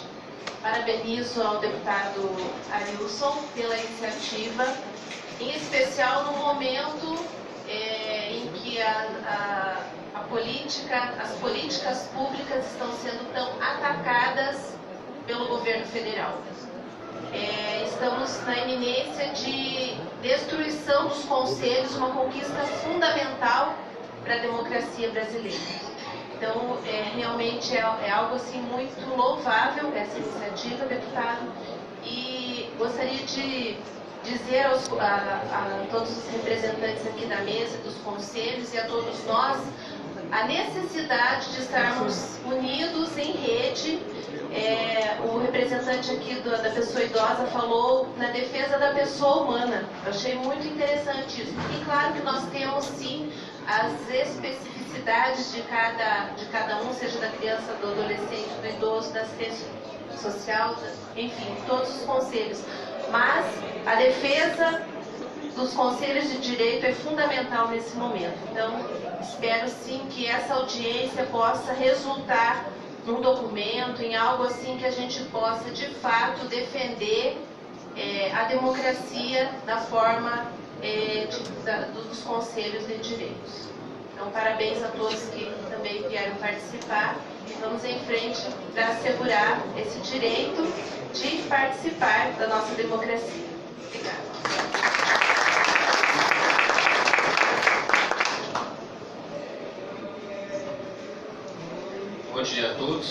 Paulo, ex-vereador aqui em Curitiba e talvez no século passado, ainda componente de comissão de saúde. Antes da lei orgânica de saúde, nós tínhamos organizações espontâneas de controle popular, que começaram com as comissões, e eu fui um desses. A exemplo de muitos, talvez aqui o Tremura tenha participado desse tempo. Ou seja, mesmo sem lei, as pessoas se organizam para participar. Com lei, é uma obrigação do poder público respeitar a participação popular. Então está aí a gravidade do momento. Então eu quero mais uma vez destacar a importância desse evento, a importância de a gente agregar outras pessoas que compreendem a participação popular como uma obrigação do cidadão e como o dever do Estado em aceitar, em acatar essas opiniões, esses conselhos. Então são aqui do início da vida do ser humano à sua melhor idade, conselhos que têm um conhecimento, pessoas que pela sua participação têm um conhecimento da integralidade do ser humano, da infância, da juventude, na área de assistência, na área de saúde. Talvez uma das propostas fosse que houvesse uma interação mais permanente entre os conselhos. Um encontro como esse, que não precisa ser aqui na Assembleia, pode ser um encontro interconselhos, para que troquem as experiências e se fortaleçam como representantes da sociedade, e lógico, com o governo, nessa missão que é de construir política pública. Então, a importância desse evento é também alimentar a nossa luta, a nossa esperança de que é possível ter participação popular e ter um governo que se guie por esses conselhos. Então, o deputado Arilson deve coletar outros apoios aqui na própria Casa de Representantes do Povo do Estado do Paraná em defesa dos conselhos e em relação àqueles que hoje são conselheiros ou foram, o nosso aplauso. Eu queria citar aqui a Maria Madalena, ela é conselheira, ela saiu agora. A Maria Madalena é conselheira local lá da Unidade de Saúde do Xaxim. E veio aqui de forma espontânea, voluntária, porque compreendeu que nesse momento ela tem que participar um pouco mais daquilo que já participou. Então, acho que o resultado disso é que nós comecemos e demos um primeiro passo em busca dessa luta, que é a manutenção da garantia da participação popular nas políticas públicas do Estado.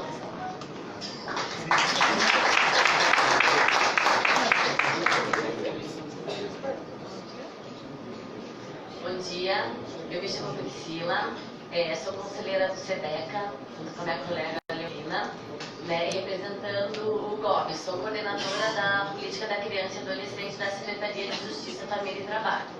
Eu gostaria só de deixar registrado aqui que no nosso momento de construção do PPA da Secretaria, por convite do secretário Nene Prevô, a gente convidou o SEDECA a participar, para estar construindo junto com a gente esse plano do PPA e assim poder dar os encaminhamentos futuros, Então era só isso. Muito obrigada. Bom dia.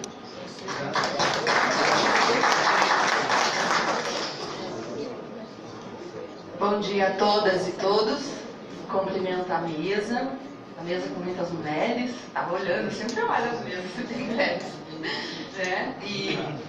Então, parabenizar o deputado, por essa audiência, muito importante para todos nós, sociedade, Eu sempre participei de movimento de mulheres, Conselho Municipal do Direito da Mulher também, municipal, e que infelizmente nós tínhamos a Secretaria da Mulher, também foi extinta, por atual prefeito, e como a Secretaria Nacional também acabou, infelizmente. E é o único dos conselhos, participei também, o Edilson me conhece, da gestão do Conselho de Saúde, são os únicos controle social, os conselhos, as conferências para a gente estar participando, representando a sociedade civil, e que é muito importante, que a gente tem que lutar, nós temos que lutar para que não venham tirar, porque do jeito que estão os desmontes todos, vindo, enquanto o companheiro falava da questão do idoso, eu me preocupo muito, eu sou assistente social também de formação, me preocupo muito com a questão da saúde, que como o Adilson comentou, 20 anos congelada a saúde, a educação, Mas assim, daqui 8 anos nós já vamos ter uma superpopulação de idosos. E como é que vai fazer sem saúde, né? Então, assim, tudo isso a gente tem que estar pensando e estar lutando junto lá na comunidade, querer participar, por exemplo, dos conselhos locais de saúde, lá na unidade de saúde, né? E para fortalecer mesmo, porque os conselhos não podem acabar. E se a gente, esse governo aí, olha, está com tudo para acabar com tudo. Já começou pelos direitos da mulher, lá com a Secretaria Nacional. Então nós temos que estar juntos, enganjados aí. E é isso, gente. Parabéns aí a todos vocês, a todos vocês.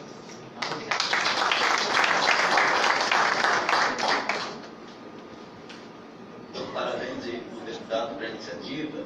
A minha fala é no sentido como colocar para vocês aqui muito importante a mesa falou. E eu sempre me preocupo se representar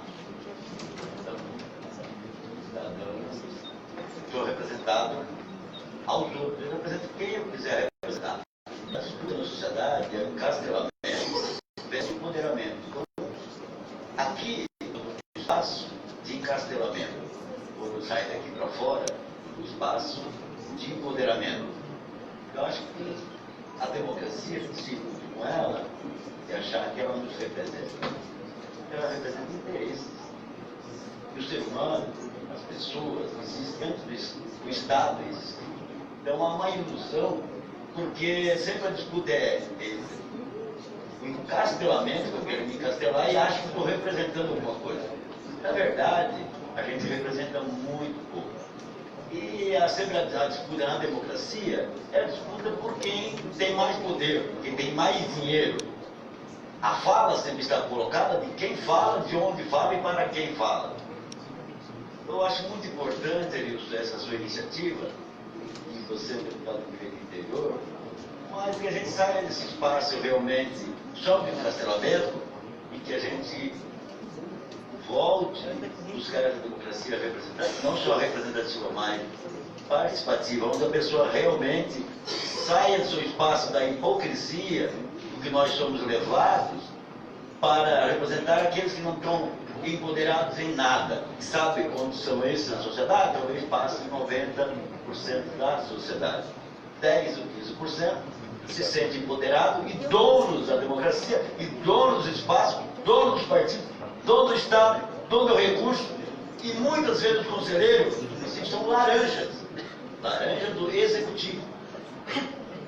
E não se percebe, então, a formação dentro da cooptação dos que pseudamente querem se empoderar, mas para o encastelamento de alguns e para os interesses de manipulação, de corrupção, que as pessoas não estão preparadas para uma radicalização de si mesmo, para o enfrentamento dessa democracia que muitas vezes é hipócrita e interessa ao capital dos planos de saúde, ao capital do dinheiro, ao grande capital nosso, brasileiro, fora do Brasil, e nós achamos que muitas vezes dar a voz, fortalecer alguém, também a gente tem que se preocupar que é para o encastelamento de alguns para dizer que fala. Então, parabéns a Nilson e que seu mandato seja um mandato popular, participativo e que siga nessa linha.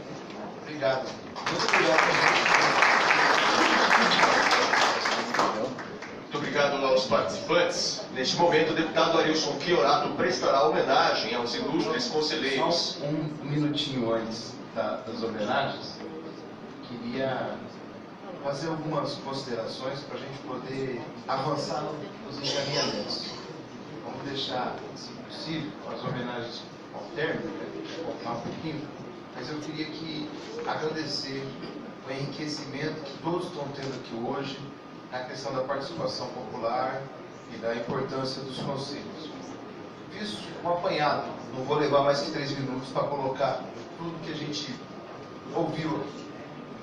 Na fala do Cássio, destacou para a gente a questão do Estado patrimonialista e burocrático. Sem dúvida, Cássio.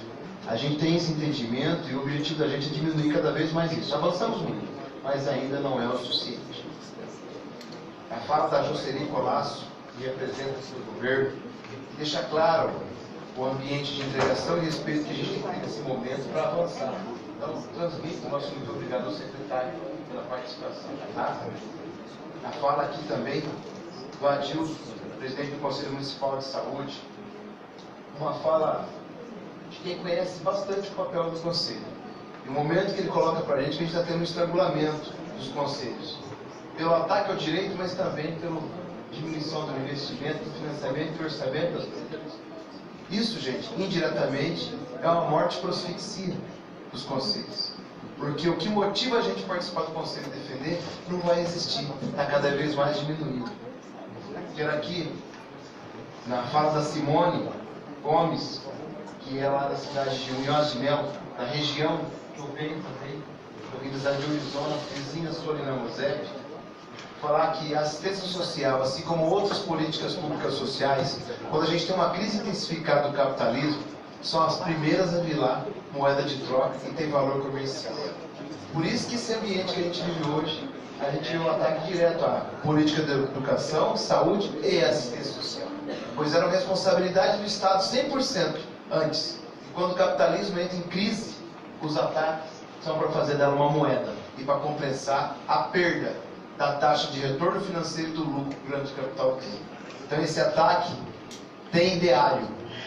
Então, Simone, parabéns pela sua fala. A fala da Maria Leonina Couto Cunha, que fala da descentralização administrativa e da melhor participação e preparação das pessoas que fazem a participação popular. É muito verdade. É um complemento da fala do Zico agora no final. Muitas pessoas às vezes participam para cumprir a formalidade de um conselho e não para executar o objetivo. E é isso que a gente tem que fortalecer. Também na fala sua, Maria, de colocar a desburocratização da política pública. Fica aqui o nosso compromisso estendido para a gente marcar uma reunião com a PGF para discutir as questões dos milhões. Na fala aqui do André Avelino, do Conselho da Juventude. Além do momento, fica aqui o nosso compromisso da construção do PL da juventude, que a gente puder ajudar, mas você toca numa questão importante. Gente, o Conselho não é só um órgão de apontamento de problemas, mas também de soluções. Verdade, né? E ainda, se a gente não se unir para nos empoderarmos junto à sociedade e junto aos governos, a gente não vai avançar. Então, cuidado dessa colocação sua. Na fala aqui do Jorge Ney Neves, fala do fortalecimento do Conselho e deixou uma coisa muito clara para a gente. Você não precisa legitimamente ser idoso para participar do Conselho do Idoso ou ser A, B ou C para participar do Conselho ABC. Você basta ser um ser humano para ter o entendimento da importância da participação do Conselho. Fica aqui a nossa estima, meu muito obrigado pela presença, pela fala. Né? A fala da Sandra Dolores de Paulo, da Associação Fênix. Sandra, a iniciativa da Associação Fênix representa muito para a gente. Tomara que ela sirva de exemplo a muitas entidades e para muitas pessoas, que é uma forma da vontade manifestada do Conselho executar a política pública de uma forma não só do Estado. Então, parabéns aí pela política justa e respeito ao ser humano. Na fala aqui do Silvio Fernandes, a gente entende a ausência do secretário, mas fica contente o respeito de vocês aos conselhos. E a sua fala foi brilhante, no sentido de dizer que a essência da democracia são os conselhos. E eu não tenho dúvida disso. E mais ainda, né, ela avaliza a política pública enquanto papel do Estado. E política pública de Estado, não momentânea também. Na fala da nossa conselheira tutelar Jussara, de fato aqui ocorre uma prosa aqui. Uma prosa para a gente procurar aperfeiçoar tudo isso que a gente vem colocando. Eu enalteço a sua fala sobre transversalidade. É importante entender que um conselho depende do outro, mas as políticas são transversais e são ainda os conselhos, os instrumentos progressistas mais importantes que a gente tem na sociedade. Faça tudo isso, gente. Nosso muito obrigado pelo debate aqui. No final, a gente vai homenagear algumas pessoas que participam há muito tempo, têm um papel relevante em alguns conselhos, mas se vocês permitirem, para a gente finalizar e encaminhar, eu anotei aqui alguns encaminhamentos. E como forma participativa, lógico, vou pedir a avaliação de vocês. Mas antes disso, quero enaltecer a fala do Ricardo Vilarim, que contribuiu com a gente no tocante a executar leis. Leis existem, você coloca, mas não são executadas, e umas são inconstitucionais, para piorar ainda. Existe um grande número de leis que às vezes confundem a gente, mas na essência não são executadas, né? Então a gente tem que priorizar isso. A fala do Orlando, que é do Conselho Estadual das Cidades. Sem dúvida, Orlando, isso daqui é sim a voz das minorias. As vozes das minorias no sentido de representatividade em comparação à classe política. Mas é o contrário enquanto sociedade. Nós somos a maioria. Nós temos a maioria das políticas em nossas mãos desde que a gente participe. Na fala da Salete, nossa companheira do Conselho da Saúde e assessora da deputada Gleice, fala da ênfase, da importância de defesa dos conselhos de direito, principalmente nesse momento. Vou além, viu, Salete? O primeiro direito que a gente tem que lutar nesse momento é de participar. Senão vamos ser expulsos de tudo e qualquer outro movimento. Né? Na fala do Pedro Paulo, meu grande companheiro além de partido, ex-vereador, o poder da gente entender que tem um conselho para respeitar a participação popular, mas que o governo acate as decisões do conselho. De nada adianta a gente participar, construir ideia e não ser acatada depois. Na fala da Priscila, de Curitiba, nossa amiga, e é verdade, o ataque também aos tirar a mulher do debate, de tirar a secretaria, de tirar a representatividade, infelizmente é uma questão ideológica. E fica aqui também, se puder, a gente incluir a defesa nesse tipo da mulher, desse papel de desmonte que tem de suas políticas também nesse momento. Por fim, e não menos importante, Zico, de São José dos Pinhais, nosso companheiro, você sim representa como cidadão, embora não esteja incluído algum conselho ou alguma forma organizada de participação popular, 99% da população brasileira, que devia, por espírito, participar de tudo momento. Participar de tudo. Se todos participassem, tivessem entendimento, a gente não estaria aqui hoje, talvez com tanto problema para discutir. Mas em suma, gente, meu muito obrigado. Para encaminhar, a gente gostaria de propor aqui, se for com a concordância de todos, e ao final da construção das propostas, no final vocês podem se manifestar se são favoráveis ou não, de fazer um pedido ao governo do Estado, para que tenha cursos de captação de formação continuada para todos os tipos de conselho, como o Estado financiador dessa proposta. Em segundo encaminhamento, uma nota pública hoje a ser construída na Assembleia, a ser também contemplada com mais deputados, em defesa dos conselhos e execução da democracia participativa. Terceiro tema, um encontro semestral ou anual dos vários conselhos, um encontro de interconselhos. Então, seriam essas três propostas de encaminhamento que a gente gostaria de fazer ao término dessa audiência. Se todos concordarem, a gente vai tratar disso já em si. Pode ser? Sim. Então fica aqui o nosso muito obrigado e eu volto a palavra para o cerimonial. Obrigado, senhor deputado. Nesse momento, o deputado Arilson Chiorato prestará homenagem aos ilustres conselheiros e ex-conselheiros, também conselheiras e ex-conselheiros municipais e estaduais de políticas públicas com entrega de menções honrosas. Convidamos o senhor deputado Arilson Chiorato a vir à frente para proceder às entregas das homenagens.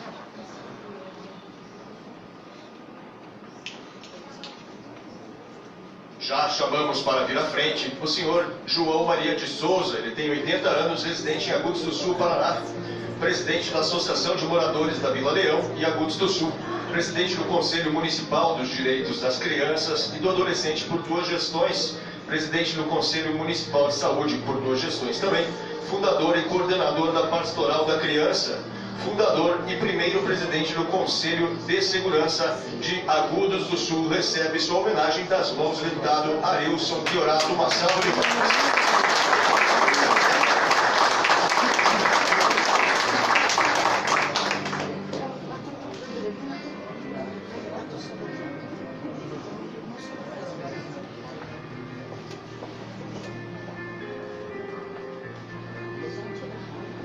Muito obrigado, senhor João. Convidamos também a senhora Marlene Chagas Veiga, de 68 anos, residente no bairro Alto, em Curitiba. Atuou como conselheira municipal de assistência social e saúde em Curitiba. Participa do Conselho de Segurança Pública do Bairro Alto. Fundadora do AA na paróquia São João Bosco. Participou do Fórum dos Direitos da Pessoa Idosa de Curitiba, Metropolitana e Litoral. Também presidente da Associação de Proteção ao Idoso, API, Ana Rosa. Recebe sua homenagem das mãos do deputado Arilson Quiorato. Chamamos à frente o senhor Francisco Tibúrcio Ramos, 72 anos, residente no bairro Pinheirinho, em Curitiba. O senhor Francisco, presidente da Associação de Moradores da Vila Acordes e Adjacências, é conselheiro local de saúde da unidade Maria Angélica. Recebe homenagem das mãos do deputado Arilson Quiorato, realizado pelo nosso fotógrafo Orlando Kissner.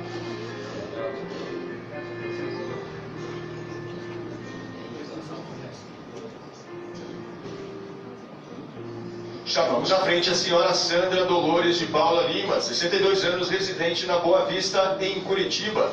Presidente da Associação Fênix, conselheira municipal do Conselho de Assistência Social e do Direito da Criança e do Adolescente.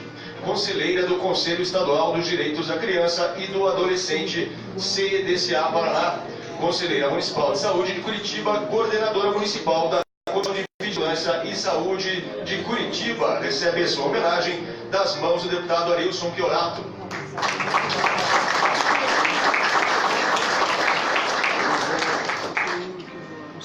Chamamos a senhora Andrelina Pereira de Oliveira, 67 anos, moradora do Jardim Cláudia, em Pinhais. Participou da Associação de Moradores e Pastoral do Menor, agente de pastoral, Clube da Criança, alfabetização de jovens, adultos e comunidades eclesiais da base. Integrante do Movimento Nacional dos Meninos e Meninas de Rua. De 1998 a 2000 foi conselheira tutelar da cidade de Pinhais. Atualmente atua na Pastoral do Idoso e na CEBs. Recebe sua homenagem do deputado Arilson Quiorato.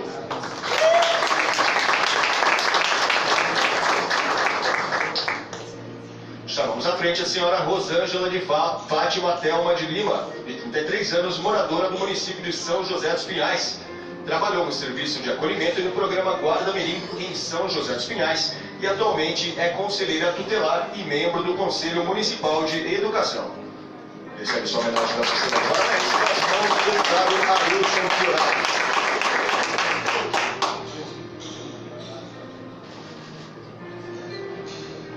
Convidamos também a receber a sua homenagem o senhor Adilson Alves Tremura, de 66 anos, morador do Bairro Alto, em Curitiba, membro do Conselho Curador da FEAS Saúde, presidente do Conselho Municipal de Saúde de Curitiba. Senhor Adilson Alves Tremura recebe a homenagem da sociedade paranaense das mãos do deputado Arilson Quiorato.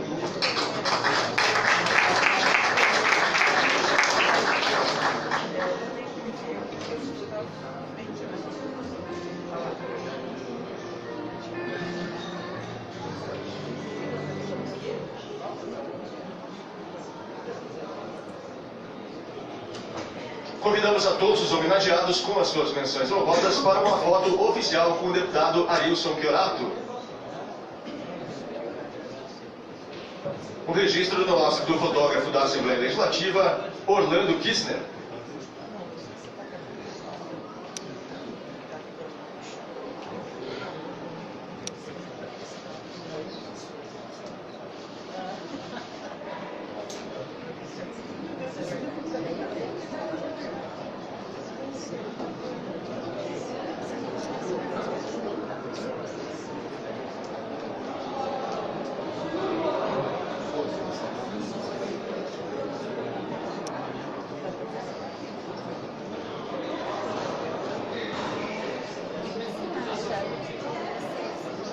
Pessoal, mais uma vez, nosso muito obrigado a todos e a todas que estão presentes, obrigado à mesa composta pelas falas.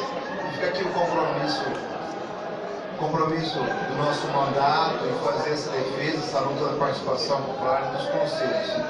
Fico à disposição, vou transmitir para vocês os informes, os encaminhamentos. Quero também agradecer o cerimonial da Assembleia, as meninas aqui, os meninos também, pela sempre carinho que vocês com a gente. Deus abençoe, um bom dia a todos. Vamos em frente na luta pelos conselhos e a participação popular. Muito obrigado.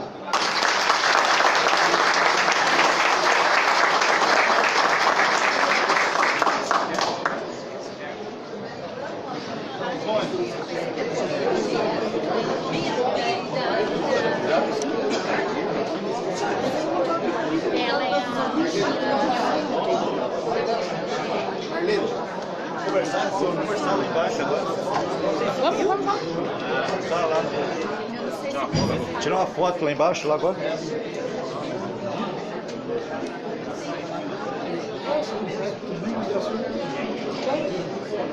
Depois não é tua, são mochila?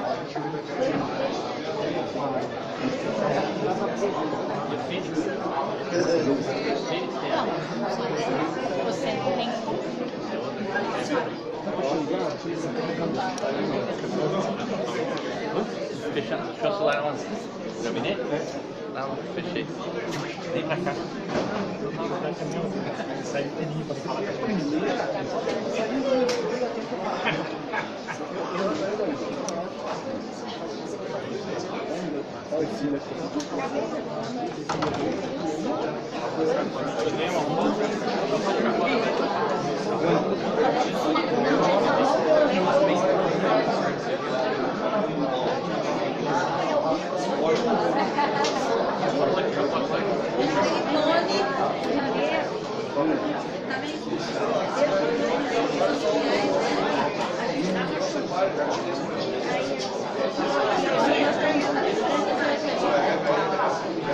As coisas que saem daqui,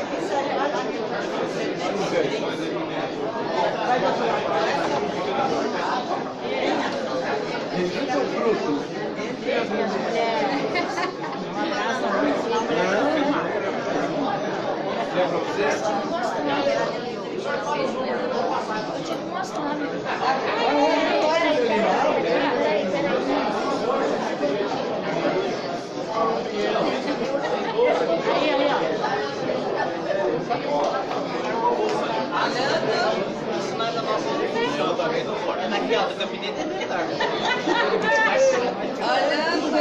Olha, pediu onde é que você está mostrando? Esse acabou. Dá um jeito para ver se meu sabe. Não, a